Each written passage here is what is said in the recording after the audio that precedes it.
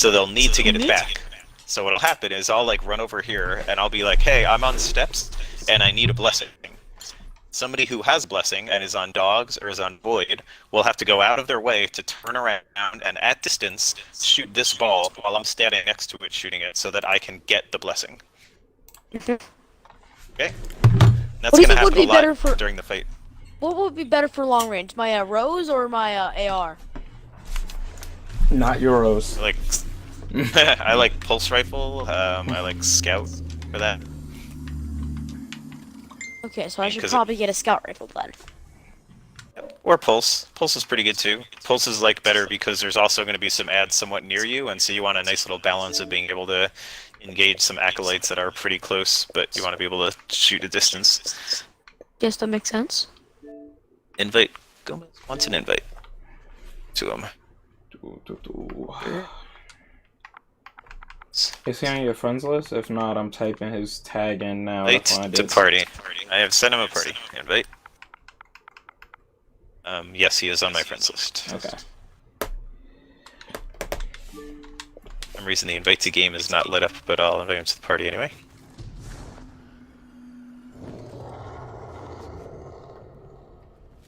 Welcome back, Gomez. Hey. We had a sudden pop-up thunderstorm, took power offline, knocked out our router, everything. That sucks. Wait, you're working it back? Yeah, we're connecting back on. So more stuff to talk about. So I mentioned that there's going to be this crystal that randomly appears. Crystal will have a kind of a mini bubble around it. In order to damage the crystal, you must be inside the bubble. You can't shoot the crystal from far away. And the key is to break the crystals. They need to take damage, just like those witch's blessing balls, from somebody who's blessed and somebody who isn't. So as a team, you'll both have to get in there and break the crystal. Now, I mentioned one of them would show up randomly. Once the first one shows up, they then appear clockwise throughout the rest of the encounter. So one of them will appear, let's say, randomly in dogs first. That means the next one is going to show up in void, the next one's going to show up on steps, then in dogs, and so on and so forth. There's probably like a 30-ish second to a minute break between them. You'll get very used to crystals. May I interject for a second? Please. Steps has one of the harder crystals to get because it can spawn like right here, and you have to like jump in this bubble, and the timing is terrible. Generally warlocks can like float up there for like half a second and make it work. But I've seen it like where a hunter gets stuck or a titan gets stuck, and that's generally the crystal that screws you on steps is the one that gets stuck all the way at the top of this jump. And that happens in all three. I don't know if it's easier on the others because the steps aren't as tall, but every one of them can get the crystal floating above the steps. Yeah, I think Void gets it like right here, where you have these two pillars you can jump off of. I'm not really sure where it comes for dogs. It's the same thing. It's like floating above steps. I mean, again, it might be above steps, or it could be in a number of other places. Oh. Okay, oh, so now we got 6 back. Awesome. We'll see how long it lasts.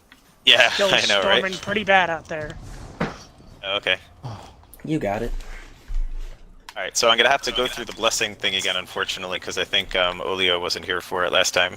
I know how it works. Oh, you do? Okay, great. Yeah, the two of us have been doing this yesterday and today, like, I don't know, like 30 times in a row. Okay. Alright, so I covered the crystals, which again, super important. Always got to remember the crystals. I covered how to do the blessings. Also keep in mind that you tend to grab the blessings clockwise. At least that's how I've always done it, and I'm sure you did earlier. So if I'm on steps, then we would use this blessing where Cochlea is now. And if you're on dogs, you're going to always use the blessing that is over here. Sense? And if you're on Void, you're always going to use the one across the way. So just always, as a team where you are, when you guys go to swap, use the one that's clockwise to you so we don't overlap each other. Okay. So covered crystals. We've covered the Bliss's blessing. So the way this place works is, at the start, boss copy of the boss will show up at all 3 corners of the map. Throughout the fight, he's going to shoot this barrage of 3 solar bullets. Just try to keep moving around. They don't, honestly, we're a little overpowered for this. It's not usually power level that kills us. It's usually complications of the mechanics of the fight. But just be mindful that he does do that. And at the very beginning of the fight, and like just after a damage, you can walk up and stand right next to him, and he only throws his bullets outwards. So this is at the very beginning of the fight. I always run and stand here, at least just for that early beginning part. But so you know, there's nothing wrong with running right up to him. He won't hurt you for being next to him. So once the fight starts, again, we break into the pairs. In fact, let's do that right now. Let's say I'm gonna stay here on dogs. Can you guys just? DJ will take steps. I hate it. That's why I always take it. I mean, if they're all the same, I could care less. So just pick one. Yeah, we just gotta pick them. They're basically all the same. All right, we got Gomez and DJ on steps. Right, I am Void. here with Wing, and Olio and Snake over there. Great. Okay. So at the beginning, we'll start the encounter. Again, 1 person from each section will run over and stand by the rally flag. A green circle will appear on the ground, and if you're standing in at the beginning, it'll give you the blessing to start. And you'll head out to your own corner of the map, and you'll start fighting. Now, also, the blessing, I didn't actually say what the point of the blessing was, other than you need it to kill the crystals. All the ads are either blessed or they aren't. Knights And you are need the blessed. blessing to kill the ones that are blessed. That's right. So if an ad is blessed, as in the knights that shoot like cannons or some of the other thralls that show up, only if you're blessed can you even damage them. Vice versa, if there are acolytes and the ogres are going to be not blessed, if you're not blessed, then only you can damage those things. So it's always a team effort killing these things, right? So off the bat, he'll spawn 3 acolytes on one side and a knight on the other. Then it'll flip-flop, it'll be a knight on one side and 3 acolytes on the other. Usually after the second damage phase is a good time to go for that first, which is blessing swap. I know you'll probably have what seems like, oh, I still got 18 seconds or so, but when you wait for the 3rd wave, you can get tight afterwards. So I recommend swapping after the first 2 use of ads. Also, right off the bat, the first crystal will appear, so everybody should have their head on a swivel. Somebody will probably call it out. And again, once that first crystal happens, all 6 of us should have like a running little clock on our head that's like, all right, where is crystal next? Where is crystal next? It sounds like a pain in the ass, but most wipes happen because of the crystal. I promise. It sounds like a pain in the ass, but it's super important to think of, and I'll explain why a little bit later, but you always want to be ready for the crystal, okay?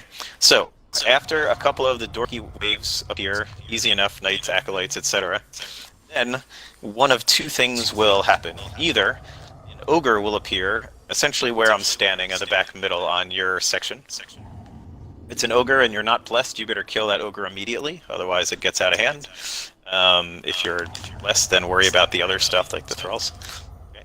So you'll either get an ogre, or you will get a deception. And what a deception is, it's a miniature version of the boss. He's basically about twice as tall as a guardian, and he has a bubble around him. And he'll start running around with axes, cleavers, and start hating like those Cabal guys with the axes, right? He's basically like one of those. Way that you deal with that guy is you have to both melee him, one person who's blessed and one person who isn't, within like a second or 2 of each other. Not necessarily the exact same time, but you basically have to both get up there. He does hurt, so if your health is down to mid or less, you have to wait a second. Don't just rush in there and suicide, right? Also, whenever he appears, a couple of exploders appear. It's probably a good idea to kill off the exploders first. So he'll start running around. What you want to do, both melee him when he's somewhere on the upper platform. If he somehow runs around to the low platform, you have to bait him up top again. The reason is, after he's up top and you both melee him, which breaks his shield, he will simply curl up and like put his axes over his head and just sit there, because you've stunned him. And the next time the boss does his attack where he shoots 3 solar things, he reaches out with his right hand and slowly like sweeps it across his front. The hand will start glowing bright green. one of you should shoot the hand repeatedly with like your pulse rifle, scout, whatever. And if you do enough damage to the hand, which shouldn't be hard if you're trying to do it, boss will get stunned. He'll reach back and slam a humongous axe into the ground and kill the deception. That's how you kill the deception. Both melee them together, you break your shield, and you shoot the boss's hand. Once all three of us have fought the deception, so if somebody's going to get a deception right away, the other two will get an ogre. And of the two that didn't get the deception, one will get the deception, the other one will get a second ogre. Then the third person will get the deception. Once you've done killed all three deceptions, that's when you finally get to damage phase, right? A couple other things to keep in mind, and again, thank you for bearing with me. I know it's a long wall of text, but it's all very important. And the shit. Now I forget what I was gonna say. I guess just be ready to melee and stun them up top, right? And be careful. Don't die. Play your life. And again, oh, I remember what I was gonna say. So if you are blessed and you melee the deception and his shield pops and you're next to him, you will lose your blessing. This is important. The little explosion, if you will, it doesn't hurt, but his bubble popping will make you lose your blessing. This is important because now, all of a sudden, neither of you in your section will have blessing. And this is why I was saying what I said earlier. So let's say I'm on dogs, and I had blessing, and me and Wing are up here, and we both melee the guy. One of us, maybe it's me or whatever, will run over to my witch's vessel. Oh, the vessel, that's what it's called, the ball. And I'll say, hey, dog needs buff, because neither of us have it. That time, somebody from Void or Steps who has the blessing needs to pause what they're doing and shoot this blessing so that I can get it back. That makes sense. You'll get very used to hearing that kind of call out, hey, Steps needs buff, or Void needs buff. When you hear somebody asking for it, unless you're in the middle of something crazy, please try to make that happen with priority. And remember how I was talking about crystals being on like a constant loop, right? This is the most important thing. A lot of people, I've been on a lot of LFG groups where we die and people get really pissed about RNG and how this thing is so unfair, and they're just not doing it right. And here's the thing. Let's say our deception pops up. And I know that the crystal just popped at Steps. Like, they killed the crystal about like 10 seconds ago at Steps. Well, guess what? The next crystal is going to show up here on dogs. We run up and we melee our deception, and the crystal shows up. Guess what's going to happen? Neither of us are going to have buff. We're going to have a crystal where one of us needs to have buff, and it'll become a shit show, and the crystal will probably pop, and the whole team will probably wipe. So if you know that your crystal is going to be coming to your section soon, hold off. Let the deception run around a little bit, get the crystal first, and then get the deception. Does that make sense? Because that's like super important. Yeah. Right, cool. I'm just trying to avoid what I see are the most common pitfalls of this thing. This is exactly why I don't raid, by the way. It's so complicated. This fight is actually maybe the most mechanic-intensive one that there is. It's pretty crazy. But I will say this, once you start shooting, and I know it's not fun to sit here and talk for a long time, but once you start shooting, the fact that you listen through this, it'll make a lot more sense. Promise. So we're almost there. Now we got to talk about damage phase, right? So let's say we've killed the third deception, and we get to the point where, okay, what's next? All three bosses, you'll hear like kind of a stomp noise, and each of the bosses will put both of his hands out at his sides, low, like by his waist, and they will start to raise up slowly up his side and up above his head. They'll be glowing green. At this point, you guys got to shoot both hands. As you shoot the hands, they'll go back down, and when they get down below his waist again, then you have stunned him. If you let his hand get to the top, whole team wipes. Right, so when we say, hey, damaged hands, just talk it out. Somebody shoot left, somebody shoot right, and just stun